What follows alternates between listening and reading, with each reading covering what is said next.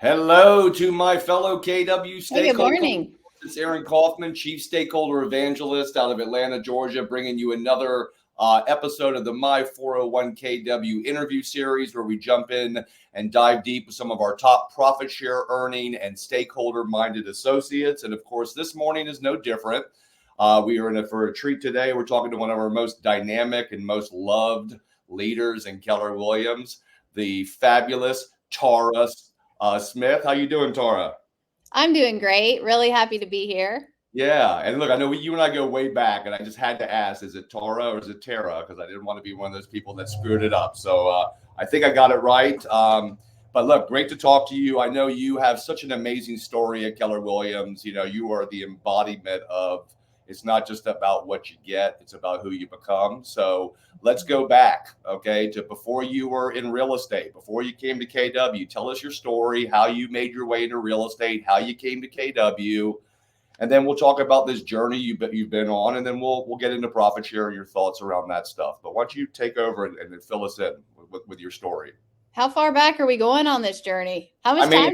We got an hour, girl. So you can just take us as far back as you think. I mean, look, I think it's important for people to understand, the challenges that you've been through. Some of what brought you in here. You're a human being, and sometimes people see you and think, wow, she's lived this privileged life or this perfect life. She's whatever. Share. The people want to hear the vulnerability. They want to know the journey you've been on, because that's what inspires people. Okay, so that's take cool. As big as you want.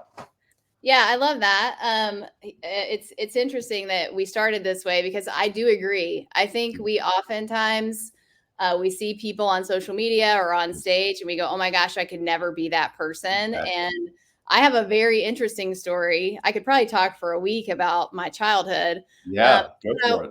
What I will tell you all is I grew up in a very broken home, essentially. I had we lived essentially in poverty. So we moved, I think I moved 13 times in about 10 years, 14 times in 10 years. Wow. And every other year I would change elementary schools. So nothing was stable in my life. My mom and dad were basically separated or divorced. They divorced and remarried twice. And I had a very interesting span of parenting. My dad was a horrific alcoholic, and still to this day, I think, struggles with that. And my mother, on the other end of that, was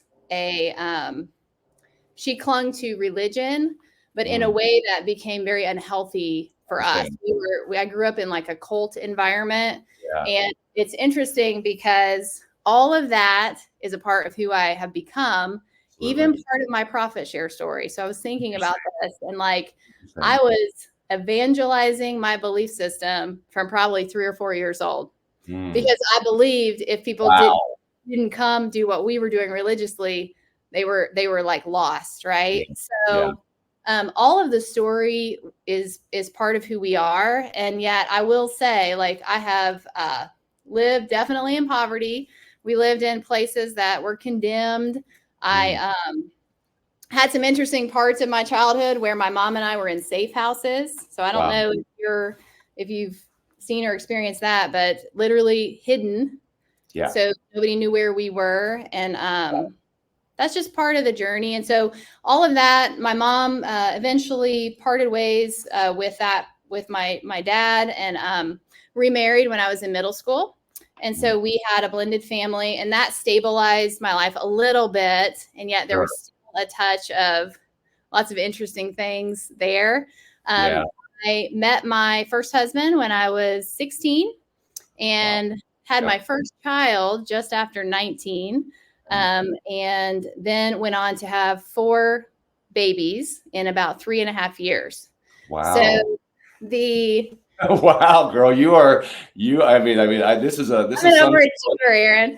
I don't have kids, and it's been hard enough for me to make it this point, and I, didn't come from the challenges you came from and stuff like that. So I'm just in awe of hearing this. I never knew this. About you, and that's why I wanted to talk about it. So you have five of your own now? I have 4 of my own. Yeah, and I had them all under the age of 22. And so I was oh my God, you're amazing. Thank you. Yeah. And it's hard to like it was kind of hard raising myself. I was still raising myself at this point, I right? mean, when I was 22, I mean, hello, I was like a stupid doofus college Yep. grad who could barely take care of himself, let alone, There you go. 4 other people. So, I mean, Yeah. I mean, at that point, you are just already a superstar. But so you're 22 with 4 Yeah. kids, right? And with Yeah. this background you've overcome. Take us Well, forward. sort of. Yeah. Still a Yeah. journey, right? But Yeah. essentially dropped out of college Mhm. after my first year to stay Yeah. home. And my husband and I were building a family at that time. And so somewhere in that time, my mom said to me, "You should get your real estate license. You'd probably enjoy it." Yeah. And I always, as a little girl, I had a big doll house. I love furniture. I drew little floor plans. Like I Yeah. loved everything about houses, and they had Let to me like take my Barbie dolls away when I was let me ask you something. 15.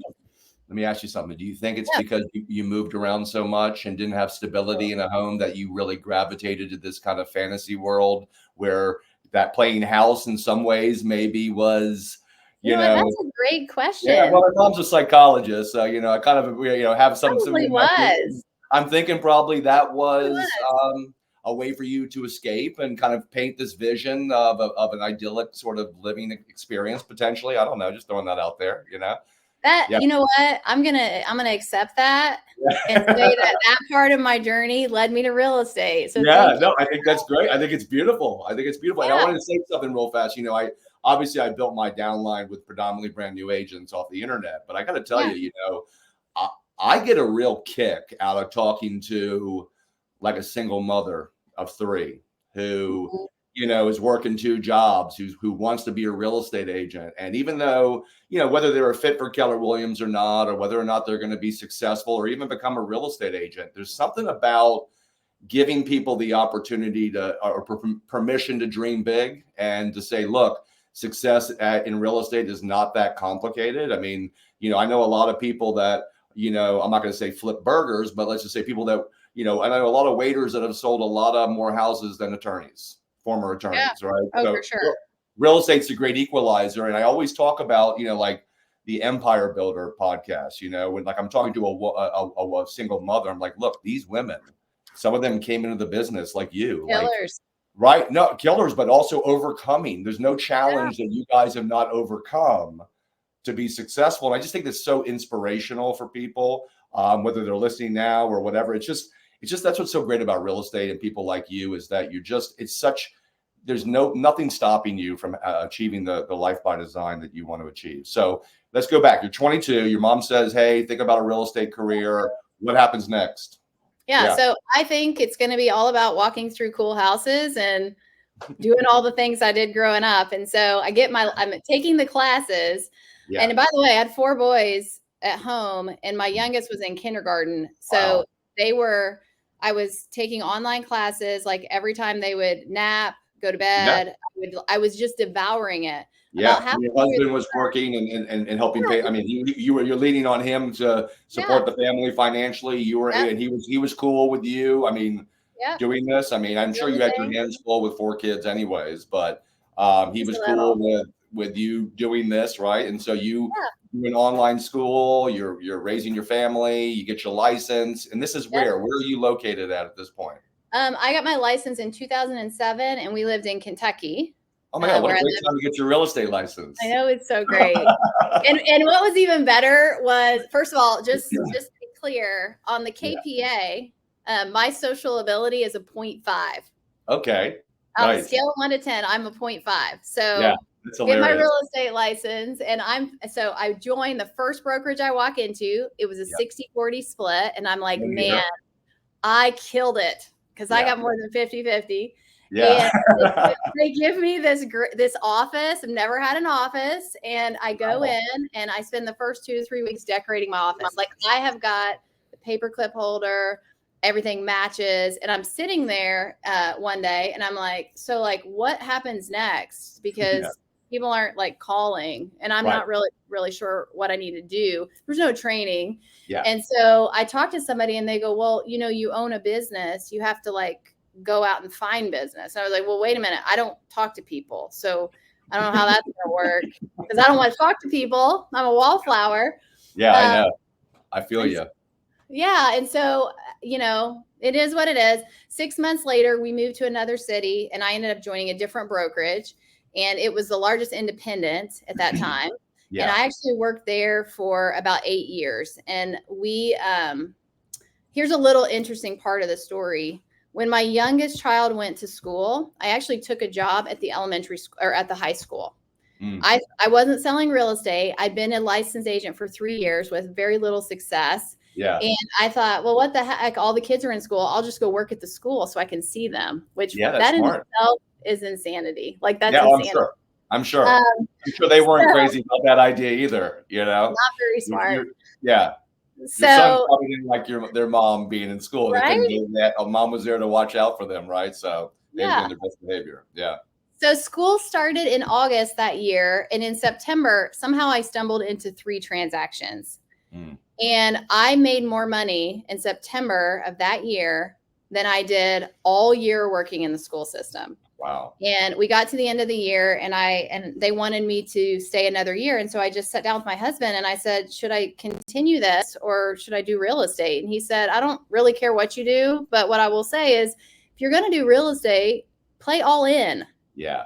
And I'm like, well, I don't have any business, but okay. So I quit the school job and I started getting up every day, getting dressed like I was a real estate agent. I don't even know what they're supposed to be doing, but I was getting dressed and I would just go sit in the office and listen to other agents and ask questions like, where did you get that listing? You know, how did you find that client? Now in that company, great company, nice people, that was kind of taboo. And they would look at me like, whoa, like we don't ask those questions here. That's inappropriate. Well, and it's not that they're bad people. It's just there's no incentive in their models for people to do that. Yeah, to work there. I mean, this is an independent contractor industry, right? You don't want to. You know, it's always been like, hey, you want to protect your information, protect your secrets, right? And that's the way the industry always was. It was always a kind of an independent dog business, and so that was you were there for 8 years, right? Kind of just figuring this basically out on your own, but at least going into the office and exposing yourself to what was there, right? Whatever came to you. Whatever I could find. Yep. So about 5 years into that, so the year I went full time there, my business took off. And I think I went from selling like 2 houses to like 15. And then I went to how that happened for somebody? You forced yourself to be more sociable. You forced yourself to lead. I mean, were you cold calling? Were you going, networking? Were you working through the schools and your kids' parents, kids' friends' parents? I mean, what was it that allowed you as a non-social person to go from 3 deals to 15 deals and keep building this? Yeah, social media. Because I could literally talk to an empty space. I love that. And I didn't have to engage. I love that. So I started, now remember at this point, it's 2009, 10, 11. Yeah. Industry's difficult, challenging. And I have always been someone that is positive. I read a lot of books. I look at inspirational quotes. And so all the things are happening. And I just made a commitment to myself. Every day I would talk about real estate, even if I didn't have any business. Yeah. So I went to like Chamber of Commerce events, CE classes, anywhere and everywhere I went. I just kind of like blah on the world. Yeah. I'm doing something that I love. And basically what happened, it grew. No, I think that's great. You know, one of the things I think it was great about starting your career in a bad market, right, is that, you don't know any better. And certainly someone like you with your background, right? Like, hello, I mean, you're just waking up and standing, and having a roof over your head and you had some real perspective, but you didn't know any better. You didn't understand, you came in, you did your best but you committed to mastery and you found, the lead generation strategy that was a fit for your personality and you hammered it. And, that's why I think right now, Tara, is one of the best times in the history of real estate to attract new agents because, not only is a new agent talent pool, I think better than it's ever been since the pandemic, as a result of the pandemic. KW has, certainly for KW, we have so many more opportunities for new agents to get into production and be successful versus back when you started, when you basically had to do it on your own, lead generate. Bootstraps. Yeah. Yeah, we bootstrapped. So I essentially started growing my business organically through social media, and primarily at that time, my church community. Yeah. And in 2010, Keller Williams started calling me. So here's the thing: I went from like kind of a part-time stay-at-home mom to in their top 10 agents at the largest independent in our city. So how did how did your family's life start transforming? I mean, this journey you've been on, all of a sudden, you know what, it's your best year at that point. How many houses were you selling? You think in that year, maybe 15 or more? Yeah, probably around 50. Right, but you're 50, 50. I'd say 35 to 50. When I moved to Keller Williams, we transferred like almost 40 listings. Right. So my point is, for somebody with your background to sell 40, 50 houses in a year, okay, I mean, how much did this all of a sudden transform your identity, your family's life, your vision for the future? I mean, instead of playing with little doll houses, did you start playing with giant mansions and stuff? No, I'm just kidding. But talk about what that meant to you as a mother, as a individual who's been through all these challenges, to all of a sudden realize, wow, like I'm successful, I'm doing this, right? I mean, was that a struggle for you, or was that something you gave yourself? Did you give yourself permission to stop and sort of take it in, or were you just head down with that same mentality? I'm assuming it was a little bit of both, since you have been killing it ever since. But I'm just curious what your thoughts were at that point. And how it was affecting you, what you were doing for your family. So it's interesting, that season is what brought me to Keller Williams, right? Yeah. Because actually a few things happened. My husband at the time was able to quit his job. He was a store manager for Walmart. So he quit his job and he came in to work at the buyer side of our business. Amazing. So that was pretty cool. The other thing was, you talked about my family and my kids. My kids were still little, and it was, Mommy, you're on the phone all the time. This is what I heard every day. And and the other reality is, Aaron, I really struggled to be a stay-at-home mom because I've always loved to work. Sure. And I was very restless and frustrated being home because I wanted to be out working. And so this was my outlet for work. And yet my business just kept compounding and growing to the point that like I was on the phone all the time, like literally all the time. And that actually, there's a little bit of the story to Keller Williams, but there were two key things that brought me. And one was profit share, and one was the ability to build a team. And the profit share piece was, I felt so much guilt about how much I was working and my kids' frustration with my phone. I thought, if I go to Keller Williams and I build my profit share downline, one day I will leave this as a legacy to my kids. Maybe it will make it feel better. Like mom did something and something is here as a result of it.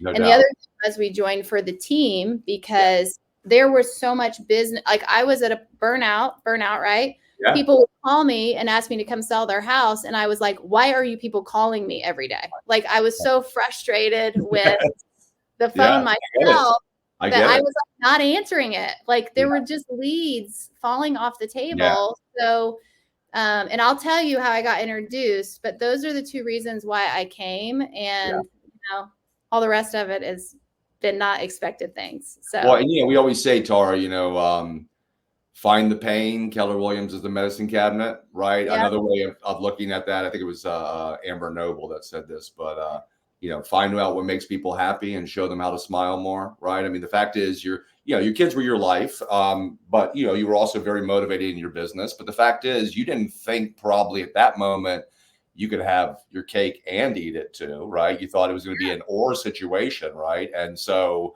that's what's so great about KW, right? We're not here to just teach you how to sell a house. We're teaching you how to protect, the things that are important to you while you're building a business that's someday going to leave a legacy. So who was it? What was the moment that, because look, you're just like, I'm overwhelmed with business. I mean, who's got time to interview other real estate companies and change real estate companies and manage your crazy life? And, what happened? I mean, how did you, obviously the pain was strong enough, right, for you to find the time to be open to it, but talk about how that all happened. Yeah, I think you're going to enjoy this. First of all, Keller Williams started calling me in 2010. Yeah. And I literally just hung the phone up on the team leader for 3 years. Yeah. I think one time I engaged and said, hey, my husband's sick and I'm not going to be able to meet with you. Could you please quit calling me? But the rest of the times they would call and say, hey, this is so-and-so from Keller Williams. And I would just click, hang up the phone. So for all the team leaders out there, like when I say I was overwhelmed, like all the team leaders out there, there's still a chance. Okay. And you're not alone, right? This is happening. You're not alone. I did it. So the interesting thing is my former company introduced me to Keller Williams because in our sales meetings, they would talk about, this is how I envision it, the agents in our city that are horrible and they like have horns and they drink Kool-Aid and all the things. Yeah. And so how I got actually open to it is I did a transaction with Keller Williams agent and he was super sweet. His name is, I'm going to say his name because I'm forever indebted to him. Jesse Kerr. Great. Almost every time I talk about this, I get emotional because that really changed my life. And no, definitely. I love it. I can't stay here because I'm going to start crying. No, I'll cry with you. Let's do it. Yeah. So it's really important, you guys, and I'll talk about this at some point, but like the ask matters because it absolutely changed my entire life and it's changed the legacy I'm going to leave and my children's lives. And so we did a simple transaction. At the end of the transaction, he said, this is a script. Okay. Hey, I just wanted to call and thank you for being an amazing cooperating agent. I love how you conduct your business and wanted to see if you would be open to grabbing a coffee with me. I've got a little gift for you, and I'd love to learn more about your goals and what you're doing in your business. Wow. That's pretty sweet. I hope people are taking notes on that one. That's a sign, we teach it in Profit Share Mastery. Yeah, exactly. So you obviously, now, first of all, he had to be an agent you respected. You had to be someone that great agent. You enjoyed the transaction with. You would never have taken coffee with somebody who was a pain in the butt to do a deal with or was unethical. So you guys meet for coffee. He's got a gift. I'm going to guess what the gift was. Maybe it was an MREA book. It was an MREA book. Yes. Okay. And so you guys meet, but you also, you're not stupid. Okay. You're hearing all these things about Keller Williams agents. I mean, you probably knew that there was some recruiting or attraction aspect to this and purposefulness to this meeting. Or did you just simply think, oh, this guy just wants to give me a gift because we had a great transaction? You were aware of what the conversation would probably end up leading to? I don't think I did. So here's the thing. I did have a meeting with a Keller Williams agent like 2 years before that. And he also brought an MREA book to the meeting. I don't think he gave it to me. I think he carried it in and left with it. That was smart. But he talked for like 2 hours and just kind of like vomited all the things. And I left that meeting with one takeaway, which is I wanted to buy an investment property each year. But basically, I was overwhelmed and really tired. It was just a very long interaction of all the things. Yeah. So the meeting with Jesse Kerr, he asked a lot of great questions and he wanted to know about me. He spoke about culture the entire meeting and just who I was and my family and how I showed up in my business. And he handed me the MREA. And again, I will say timing is probably everything, right? Yeah. At that time, the only real estate book I had ever read was Barbara Corcoran's book called If You Don't Have Big Boobs, Wear Ribbons in Your Pigtails. And I love that book. If you don't have big breasts, wear ribbons in your pigtails. That's hilarious. So Jesse's meeting was in a time when I was in complete burnout, and he handed me this book. And I take the book home and I open it up and I literally devoured the MREA. I read the whole thing in like 2-3 days, read the whole thing. And I picked up the phone and I called Jesse and I said, I don't know who I need to talk to, but I need to come in and meet with somebody about this company and this thing because I need to build a team and I need help right now. And guess who I got to meet with? I'm going to say Linda McKissick or somebody in that, or Mike Brody, or that would be James. I don't know. You tell me who was one of the. Yeah, I know you're just waiting to tell me who this person. Well, I got to meet. It better not It be good. wasn't. No, I got to meet with the team leader that I had hung the phone up on for 3 years. Okay. And who was that person? Well, his name is Bo. Okay. Yes. And so we met, and he also word vomited on me for about 2 hours. Yeah. But here's the thing. He really cared about, my husband and I went and met, and he really cared about us, and he cared about our business. Yeah. And he explained Keller Williams. Here's one of the first questions he asked me. How much money did you pay to your brokerage last year? Yeah. No idea. I was like, I don't know. They just give me a check and that's my money. Yeah. Yeah. And so we calculated it. And I had paid my brokerage in the year prior almost $80,000. Wow. And the cap at that time was what in that office? 18. 20. Yeah. Yeah. It was going to save me $65,000 a year to move my business, to which he looked at me and said, how would $65,000 impact your family? Yeah. So that was the start of me saying, as much as I love these people and I'm loyal to them and they've helped me, nothing is going to get in front of me and my family. No doubt. And so and then we got to profit share and all that mom guilt. And I said, oh my goodness, if I could leave something behind, maybe it would make it all worth it. And the reality is that market was challenging and I was putting positive stuff out.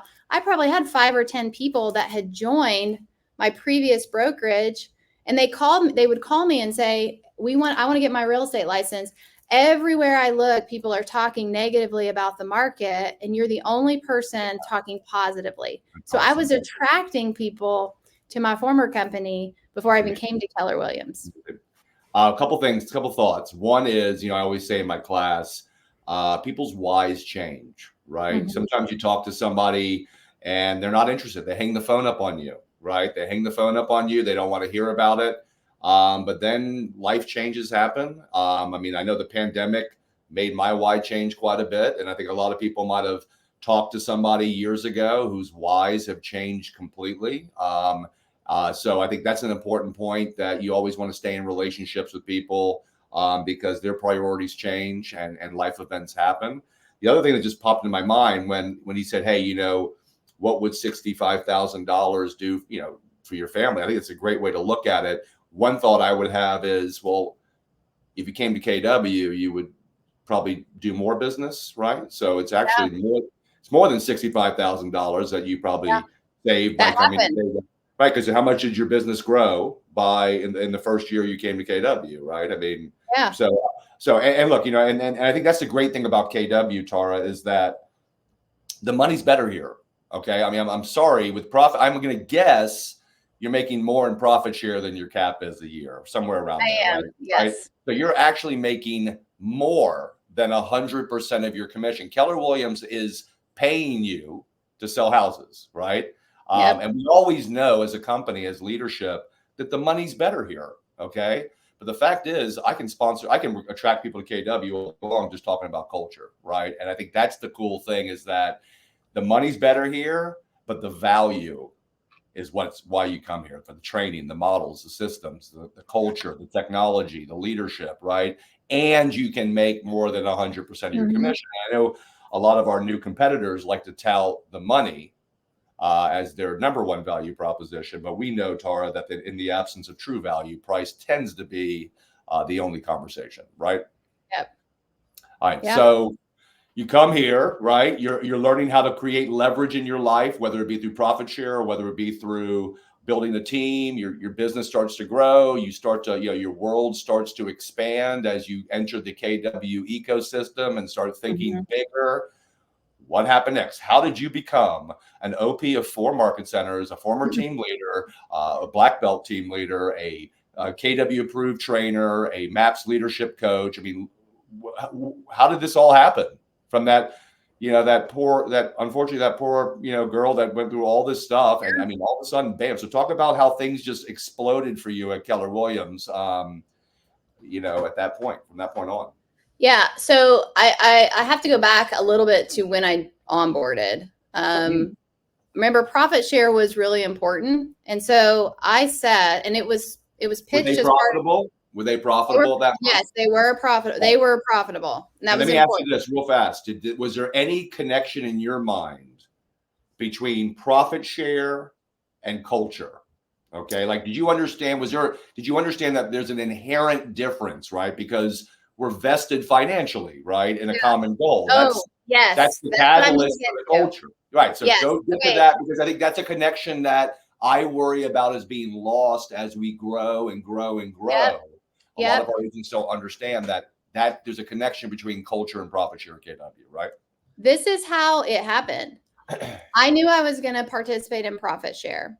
And so I looked at the team leader and said, and he said, this is a part of our culture. Well, I wanted to be in culture. Yeah, I love that. I said, okay, so tell me, how many people should I sponsor? And he said, you need to get 15 in your first level downline as quick as possible. Now, you and I, Aaron, know that the what is culture, or how we define culture, number 38. This is how Mo Anderson and Kay Evans define culture. I love it. Kay was my regional director, you know. Yeah. 15 in your downline as quick as possible. That is what I was told the day I onboarded to Keller Williams. And so guess what? This girl thought if I didn't get 15 in my downline, Keller Williams was going to send me down the road. Like I thought, because they talked about protecting culture. Yeah. And sponsoring 15 was part of our culture. So I wanted to be a great cultural person in the company. I'm a team player. And I literally joined, and I went and printed every co-op agent I had ever done a deal with in the last 5 years. And I called them and said, hey, I'm making a move in my business. It's going to be amazing. I just found this company here in Lexington. Here's what they're about. Would you come have a coffee with me and talk about this? And I sponsored 12 people my first year at Keller Williams. Incredible. So to speak to culture. You're a killer. I love it. Well, culture is important to me. It's a non-negotiable. So I wanted to be a great partner to my market center. And I just was doing what they told me I was supposed to do. Right. And now look, now that you're where you're at, and you've been a leader and you've had those conversations with your own agents, and you probably obviously continue to have those conversations, right? But like, I love this company so much, and when Kay and Mo, and sometimes I say this and people cringe when I say it, but I'm sorry, I'm just the messenger, okay? But Mo says it best: if you're not profitable, you're out of culture. Period. That's right. End of story. And I know it's a tough time these days. We all are hurting. Okay, we're all hurting. But 25 to 30% of our market centers have not profit shared this year. Okay. Now there are market centers here in Atlanta that are going to give back $1 million in profit share this year. So I know it's, we're a large franchise company, but I just want people to understand that our agents, they need that profit share money in a down market more than they need it in an up market. Right. So when you are profitable, even if it's down, not only does it mean that money mean more to your agents, it's symbolic of a culture that is going to buoy your agents through a difficult time, right? Because it's a byproduct of running a market center nobody ever wants or needs to leave, and that means it's a culture-driven office where agents are buying into our interdependent value proposition. So you got 12 in your first line, your first year. Can I just add something to what you just said? Of course. I'm just going to throw this out there. Profit is a choice. Yeah, I love that. Profit is a choice. There's nothing different than Loredana and Andy Peters versus my market center. And I'm not there yet, but our team knows that profit is a choice. Yeah. And when we choose to not take ownership of that in our leadership teams, it impacts our agent. And I just simply say, if somebody asks me to spend money, I just say, I don't know. We should probably ask our agents, because it's actually their money too. Oh God, I love you. You're freaking awesome. You're speaking my language, and I mean, seriously, agents come in and say, "Can I get a free office bill?" Right. And I say, you know what? Tara would love to do that, and yet it's not my money. So we would have to ask the 200 agents that partner with us, if they're okay with that. And if they are, then I'm okay too. If they're not, then we can't make that decision. Well, and look, what that also does is, one, it paints a picture of culture and how we're agent-centric and their partners. But the other side of it is it's a trust factor with your agents, right? Where you say, hey, look, this is our office, right? You guys are owners in this office, whether you're an actual owner or a stakeholder. But that it cultivates this mindset of, hey, I'm a stakeholder in this company. I was the guy that would turn the lights off at night and make sure nobody was stealing any copy paper out of the copy machine, because dude, you're affecting the profitability of this office that I'm a stakeholder in, right? So I think that's amazing. And look, you're coaching leadership all around KW, right? That's what part of what you do, correct? Yeah, it is. Yep. So I'm sure I know the challenges, right? That not every office is created equal. Not every region's created equal. There's a lot of challenges out there. Markets are different, and sometimes it's hard to turn around an office that maybe hasn't valued profit share at the highest level. But I feel like we are recalibrating as a company, and shifts are amazing opportunity for companies like KW to look in the mirror and figure out how we can be better. So I actually feel like we're on the verge of the next great wave of growth and profitability, and I know you do too, because great leaders like you, who have been following proven models and are very profitable, right? You're having the same conversations with these people there to give them hope and show them the path. So going back to when you were first year, 12 people in your downline, let's talk about sort of the evolution of the money and sort of what kind of happened with profit share with that. Yeah. So a couple of things. That was 2014. And because of my influence, because I went out and brought people to Keller Williams, I was offered an opportunity to be an investor in a new market center launch. Yeah. And actually, I was the team leader for that launching market center that year. How did this antisocial person end up taking a team leader position? Okay. I want to know, because, I know how difficult a team leader position is. I know how entrenched you need to be in your agents' lives and how present you have to be, and how, so talk about what that was like as someone who is, maybe it's not in their DNA, maybe initially to even think about something like that path. Yeah. I believe that each one of us has unique gifts and talents. I think we're created that way.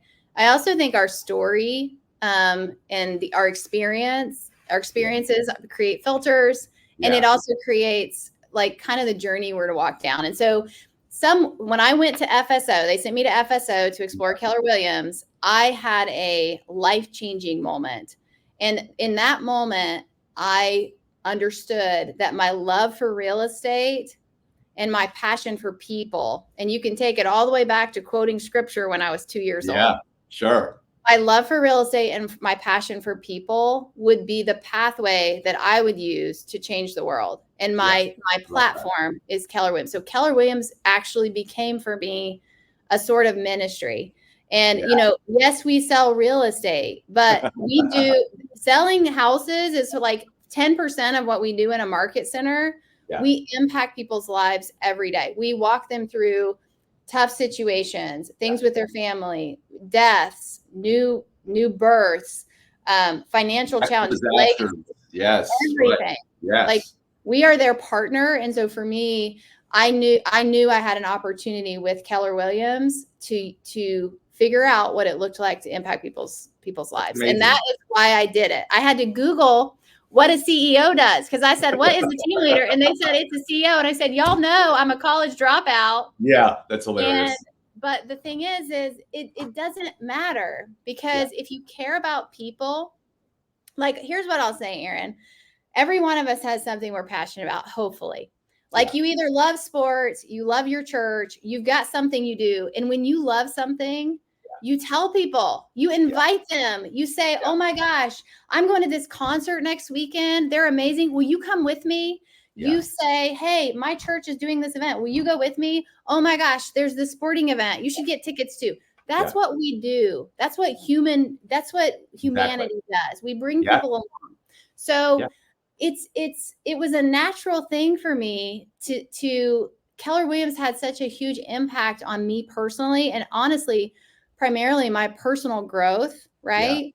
And the ability to grow and have space to grow and never be capped. I know Gary Keller's big why, or he talks about in MREA, is to help people reach their full potential. I wanted that. Exactly. And then what that meant is, guess what? I wanted everybody I knew to come on that journey with me. Exactly. And that's all it was. It was just saying, I'm having an amazing, life-changing experience. Will you come check it out with me? Will you come be a part? And my passion for Keller Williams and our culture is the thing that has allowed me to do all the things. And I want to say real quick, I was thinking about me being on this Zoom or this live stream. Yeah. And I think for agents, we have to be careful to go, oh, she's had great success with profit share because she was a team leader, because she owns 4 market centers, because she's a MAPS coach. And what I want you to understand or hear is I was a team leader and I'm an OP and I'm a great speaker because first, I was a great influencer to Keller Williams. That is the first thing. So when people come to me and say, how do I own a market center? My first question, how many people have you brought to Keller Williams? Exactly. You want to be a team leader? How many people have you influenced to join our company? Yeah. Because that's what we're looking for, is people that believe it in their heart and they bring people along on the journey. And it starts today. Like, you can do that today. And if you do it well, opportunity will be all over the place for you.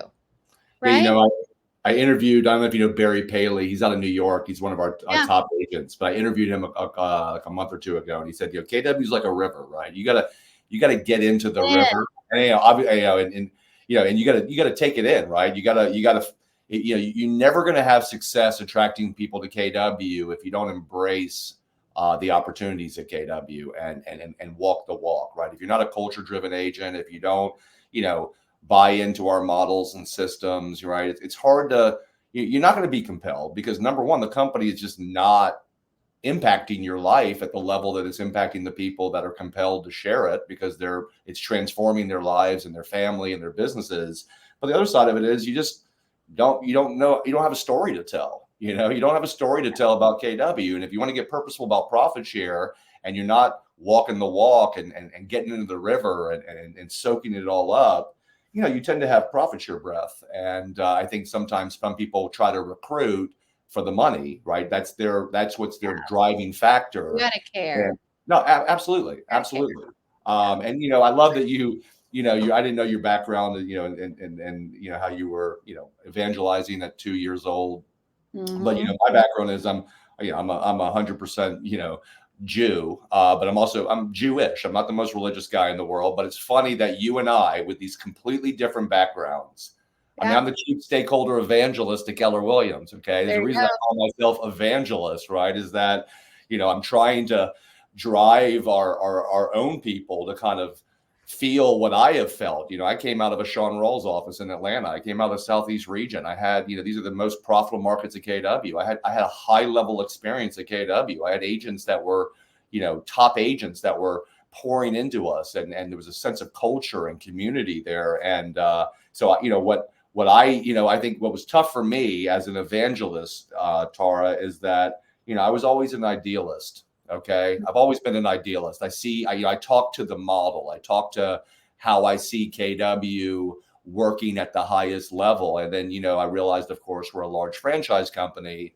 and that every office is independently owned and operated. And so, that was a challenge for me as an evangelist, right? Is that I believe so much in my own experiences that sometimes when I interact with KW agents that maybe aren't having the same experience, either because they're not in a market center yet that is delivering at the highest value, or they're not attempting to take advantage of all the things that we have to offer. That's what gets me motivated, because I know when all things are created equal, there is not another real estate company on this planet that is going to deliver on helping agents build careers worth having, business worth owning, lives worth living, et cetera, et cetera. So, but it takes a village, Tara, and you're an amazing OP.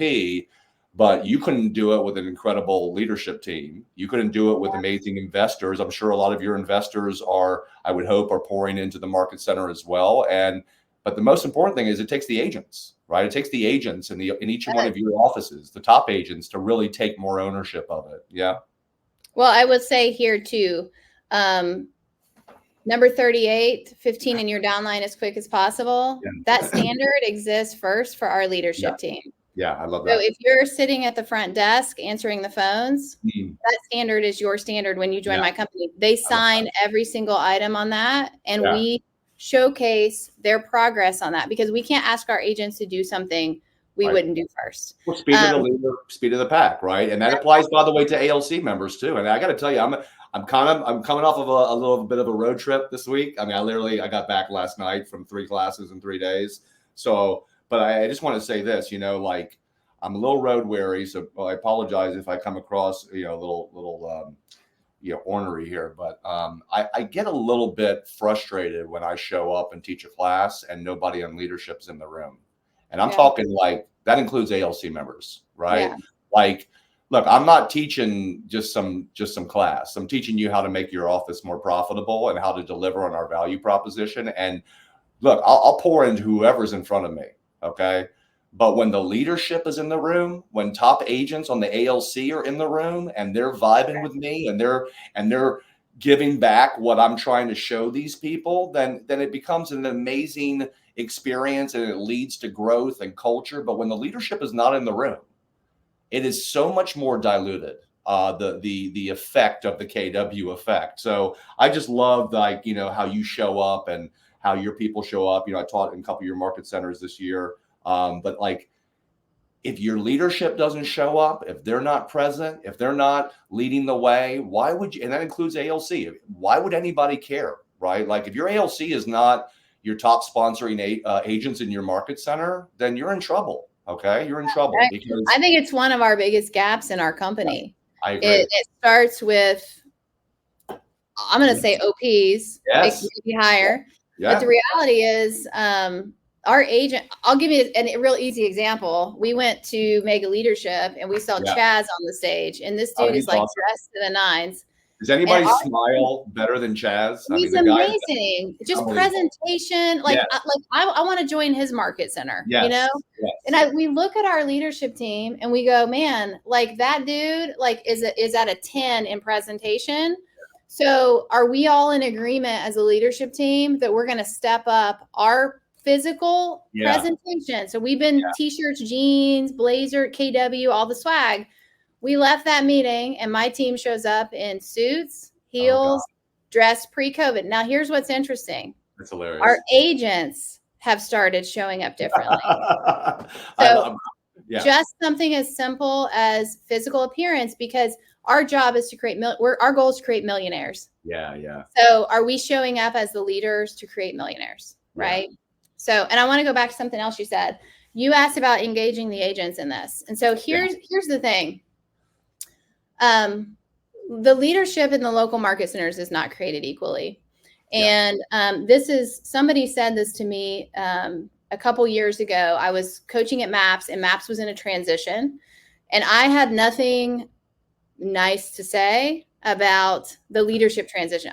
Diana is my mentor, and she has had a tremendous impact on my life. And when she was gone, like, it was missing. And I just could not get off of it. Like, it was just like, where's my leader? Where's the leader? Who's the next person? Yeah. And finally, somebody stopped me, who I've been griping to for probably 6 months. And she said, Tara, what would it look like for you to be the leader that you so bad desire to follow? Wow. What if you became the leader you desire to follow? Yeah. And that would be my advice to the agents in the market center. Because I can't control personally. If I could fix every market center and just drop amazing leaders and they're all developed and they've had a lifelong of leadership development, that'd be amazing. But the reality is it's not always perfect. And so we're stakeholders in our company. How are we showing up? Like, when I wasn't in a leadership position, I sent people to Keller Williams. I showed up and taught classes. Yeah. I came in and impacted my market center when I was just an agent there. And so I think that if you're an agent in a market center and you just wish it all looked different, be the change. Like, everything is a choice. It's all a choice. And if you show up that way, I mean, let's be real, long enough, I don't know how much long enough is, you might be the one running the market center. you might look up in 2 years, you might own that market center and you might be the leader that it's needed for so long. So I would just say, like, get in and contribute, teach classes, and rent an office in your market center. Come in and do script practice and lead gen every day and create a buzz of activity and help people get into production. There's nothing stopping anybody from doing that right now in every market center in the company. True. And, you know, I always think about, you know, I've always, you know, I've been a little bit of a rogue associate at KW. But I would always kind of like laugh at some of the, you know, some of the one-liners coming out of some of the coaching stuff, and I'd be like, oh yeah, whatever. You know, growth happens outside your comfort zone. Yeah, whatever. I want to get in my comfort zone, or don't be a garbage magnet, right? And you know, I think it's funny as I guess as you get older, you get wiser, or when you realize that being the one complaining about everything and not, you know, it's taking away my energy. It's also, you know, not actually causing positive change. It's only me venting. And I think people that have known me for a long time, and I'm not perfect, okay, but you know, I've come a long way. Okay, I've come a long way, and that from an idealist who was angry at the world and not happy with some of the things that I was experiencing, to now saying, you know what? First of all, KW is not perfect. Okay, they're human beings, and nothing is perfect. Nothing is perfect. Okay, I mean, and when you are complaining, what happens is, one, you are seen as a complainer. Okay, so you typically don't get opportunities when people think you're just a complainer. Okay, instead of somebody who wants to be a part of the positive change. But the other thing is that, you know, you become an angry person, and honestly, I'm just too old and tired to be angry anymore. And so what I found is, when I release all of that stuff and I say, look, I'm going to focus on what I can control, which is when I'm in front of a classroom, okay, of KW stakeholders, I'm going to pour into them for 3 hours, and it's going to be like a bright shining light. Like, the negativity is gone, you know, from my mind and from my messaging. And, you know, I always used to tell people, look, if you're in a market center that, you know, needs to be turned around or whatever, or has, you know, wants to reach its potential, you know, you got a couple choices as a KW stakeholder. One, you can leave. Okay. And sometimes they leave. All right. Two, you can cross your fingers and hope to God everybody else figures it out. Problems, right? Or you can be a part of the positive change. And people always say to me, Tara, you know, Aaron, thank you for all you do to grow KW. And I'm like, look, I got a huge financial investment in this company. I'm just taking ownership of it. Maybe you should do the same. Okay. And that's what we're trying to do here, Tara. We're trying to create what I would call an army of stakeholders, right? When our agents are thinking, and I hate to make a military reference, I'm not in the military. I apologize to anybody that I said that, but I'm just trying to create, you know, it takes a village, right? It takes a village. And when we have market centers where agents are truly buying into this concept, right? Mm-hmm. Who the hell can compete with us in a down market when agents are rallying around each other and buying into culture and helping each other and loving on them and caring about each other? I mean, when we do us at the highest level, you and I both know nobody can compete for the agents that value what we value. We're untouchable. Right? Yeah, we're untouchable. So you've made now over 6 figures in associate profit share, right? I know you've got ownership stuff too, and you know, so talk about maybe a little bit about, you know, the moment we're in, because and we've got about, you know, 7-8 minutes left here. You know, obviously we're in a down market, right? There's been a lot of challenges, a lot of some talks around profit share, some policy changes, some revoting, some of this, some of that, right? And now that the smoke is cleared, okay, and we are where we are. What are your thoughts as a top leader, okay, an owner who trains local leadership? What are your thoughts about the role that profit share is going to play in the future of Keller Williams as a rock of our ecosystem? Do you feel like profit share will continue to be the catalyst for growth and culture for KW, or do you feel like I'm not saying it's going to be diminished, but that maybe people, as we get away from, you know, look, we've been around for 40 years. Now, a lot of people that own our market centers bought the franchises over the last 5, 10, 15, 20 years. A lot of our local leadership haven't been at KW. I've been at KW for 21 years. All right. I mean, like a lot of them don't know our stories. They don't know what it's like to be in a room with, Gary Keller and, 300 people, or, to be the Keller who, right? So what do you think the role of profit share, now that all these things have happened, okay, and we've kind of, we've dealt with that stuff. What are you telling leaders in this company that you consult or your own market center about how important profit share needs to be moving forward? Okay, because some of our market centers are not profitable or profit sharing is down. And I will tell you this, energy around profit share is down. Conversations around profit share are down because we don't want to talk about it when we're not profitable. So how does a market center that's not profitable or maybe doesn't see profit share the same way that you and I see it, what do you tell them? How do you coach them to fall back in love or to fall in love with the idea of profit share as a rock of culture and growth and retention? So the first thing I'll say is I had the opportunity to step into a market center in December of last year that was not profitable in 2023. Yeah. And we turned a profit in about 45 days with our system. We had to make adjustments. We had to make decisions that were best for the agents in the company. Agents in the company were partners. And in May of this year, we made $11,500 in profit share. Amazing. And it's more than that entire year of 2023. Wow. They made $10,000 in profit share. So I stepped into the team meeting, the sales meeting, and said, hey guys, I just want to share with you, we profit shared more in 1 month than we did all of last year. Amazing. So the first thing I will say is market center leadership has a responsibility to operate the market center in a way to create a profit. Yeah. If we're not profitable, we need to be having like the red sirens need to be going off. Yeah. The ALC needs to know, like I believe in full transparency. Full transparency. We're not profitable. We have a problem. Yeah. So what do we need to cut? What do we need to adjust? And how do we make changes? Because profit share is like, in my mind, there's a big cog that runs our company. Yeah. Profit share is the center of it. The way we run with the stakeholder model is the center.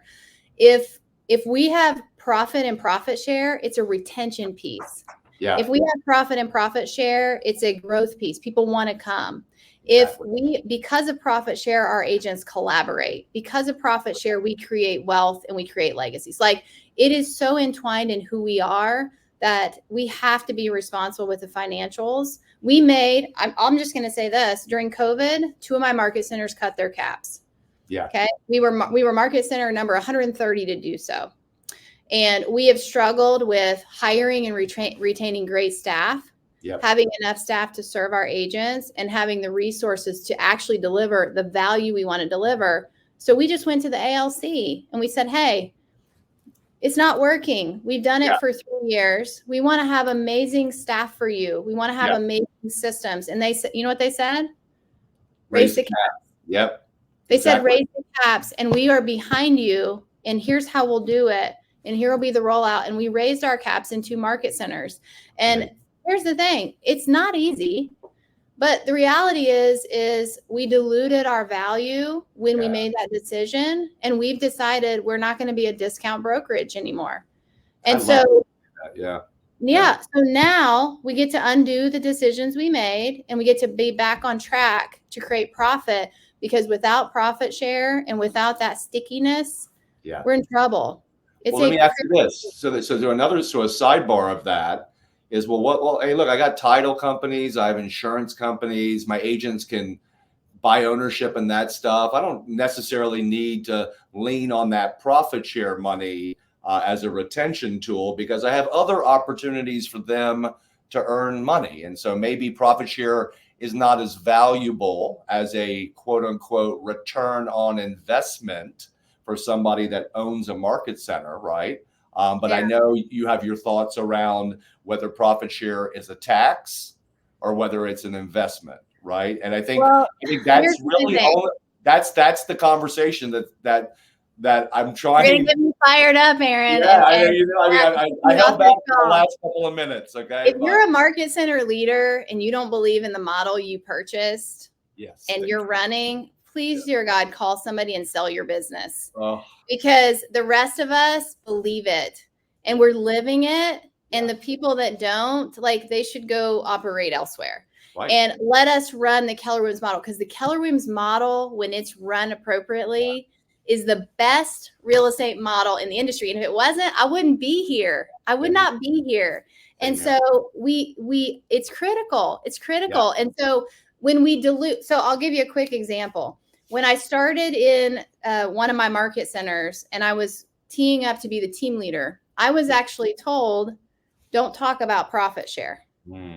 Wow. They were like, how are you going to recruit? And I said, I'm going to share my story, and I'm going to hit these value pillars. Mm-hmm. And I named them. It was 4 or 5 things. One is profit share. And I was literally stopped and said, we don't talk about profit share in recruiting. And I said, excuse me? Right. I came to Keller Williams for profit share. Yeah. Why in the world would we exempt that from our conversation? It's one of our biggest values. And so, you know what? My team leaders, we do recruit to presentation. We do needs analysis. We ask great questions. But when they ask the first question about CAP, training, coaching, or anything else, we open our slides and we don't finish until they understand everything, including profit share. Okay. I mean, that's just it. That's a standard for us. It is. I loved you before. I mean, I'm falling all in love with you again. I mean, I'm just telling you, I'm going to make my life goal to continue to foster this relationship with somebody who feels exactly the way that I feel about this stuff. And, you know, I've said I don't always say things the right way, but, you know, I heard a great saying once, and it was retention starts in the recruiting presentation, you know, and then onboarding. Yeah. You know, it also starts in the recruiting presentation, profit share. Profit share. Right? Oh, we have a standard. We have a standard with our leadership team. We expect 3 referrals for every person we onboard in the first 30 days, or that is a reflection of our experience. That's and amazing. We literally tell the agents, we expect 3 referrals. And if we haven't received them, we're going to call you because we feel like we've let you down. That's incredible. I hope people hear that, because you're setting that, you're putting a seed in their head from day one. And then you're also having expectations, right? Because you know, if they sponsor 1 or 2 people, the second they come to they're stuck. They start getting profit share checks in their first year, they're going to be like, the world's going to be set on fire. But here was the other side of it, Tara. You know, I'm a KW purist, okay? And you know, when Gary Keller says our culture starts with profit share, right? He's probably right. I want people to think about that for a second. Our culture starts with profit share. Now, do not mistake profit share for being profitable, okay? You will not be profitable without culture, but you're not going to have a true culture, Tara, without profit share. The fact is this: the reason our culture is inherently different at KW is that we're actually vested financially in a common goal. This is what makes us different than a rev share company. Let's get real. Rev share has nothing to do with profitability. You're only vested in the success of the agents in your downline. When it's tied to profitability, everybody's vested in everybody's success, regardless of whose downline you're in, right? And I know you agree with that. But here's what I'm going to say, Tara. If your market center is not profitable and you ain't talking about profit share, I'm sorry, how the heck are you communicating our culture to these recruits? Are you just saying we're one big happy family over here? Oh yeah, we built this office with a bunch of really nice people that care about each other. Because last time I checked, that's what every real estate company says. So how are you, you know, people don't buy what you do, they buy why you do it. How can you possibly deliver communicate our value proposition at the highest level if you're not talking about the catalyst for the entire value proposition? And I think that's a concern that I have as a stakeholder who's invested in 300 KW offices in my downline, is that these market centers are not talking about profit share because they're not profitable, okay? So how the heck are you ever going to be profitable if you don't talk about it? You think it's just going to happen when when your agents don't understand the culture and they don't come into the office and they don't teach classes and they don't care about growing the office. So I just want people to understand that, look, I mean, Tara, we weren't profitable for a company for the first 14 years. I mean, can you imagine if a founding agent said, let's not talk about profit share because we're not profitable? I mean, where would we be today? Right. You can't hide it. You can't hide your lack of profit. Like I learned that at the end of last year. My other office was like not telling people they weren't profitable. And I said, but wait, they're not getting profit share, right? So like they know. And it was just like, oh, we thought we could hide it. And I'm like, profit share is $0. So we're not hiding it well. Like nobody's getting profit share. Everybody knows. Like you can't hide it. I'm a big football fan. I remember hearing a quote from the famous Bill Parcells. He's the coach of the Giants. And he said, you are what your record says you are. I mean, I guess you are what your profit share says you are. And I guess if you have zero profit, you're not running your business properly. Right. Because that's what we're entrusted to do in the market center as leaders, and the agents are our partners. So let's finish on a positive note. Okay. And all those conversations are positive because for me, I look at it like, wow, there's so much room for improvement within our own company. I mean, I know we're all about gross recruits. I get it. Growth drives profit and all that stuff. But God, if more than 30% of our agents were participating in profit share and we're thinking like stakeholders, I mean, what could we look like as a company moving forward? And I think that's what should get people excited, is that we took over the entire industry in 40 years with probably, I'm going to say, 20% of our people actually understanding who we are at a very, very high level. And so if we could, continue to gross recruit, but start re-recruiting our own people, because every time I teach, Tara, I'm just telling you right now, somebody comes up to me and says, I've been at KW for 8 years. I had no idea. They don't know. Exactly. They don't even know how it works. And here's the thing. I get up in front of every month when my profit share drops. You guys all have this. I don't know where this is. Yep. See that? 2754. Every month I get up in front of the market center and I say, I want everybody to pull out your phone. I want you to open your app and I want you to look at that number. Yeah. If you're happy with that number, I'm happy for you. My number is $2,754 and that's not enough. I'm not happy. Right. I want to create more. And so that would be my recommendation to this group. Yeah. Open your profit share app. I earned my first profit share check 90 days after joining the company. Because by the way, I brought somebody with me when I came to onboard. I called somebody when I found out I was going and drug him with me.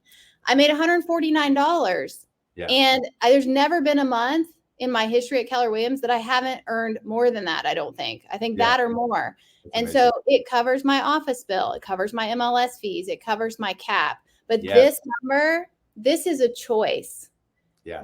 How big or small that number is a direct reflection of you participating in this program. And you can change it today. Like anybody can get up today and say, like I would say, if you want to have profit share, how much time on your calendar is designated to building this every week? And if it's 0, this will remain 0. Definitely. Right? So that's my thought, is any one of us can be the change. We can pick a number.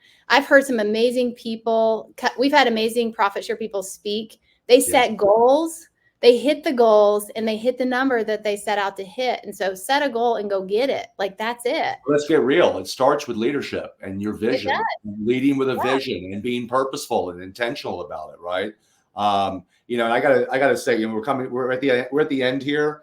But man, first of all, what an amazing interview. What an amazing story. What an amazing person. I would imagine the team leaders you coach and the agents that get in front of you, when they start whining about their problems, they're talking to the wrong person, because even though you're an empathetic person, okay, what you've been through and what you've overcome and what you've become at KW has shown you that, like as Gary says, you're always 5 years away from where you want to be, there's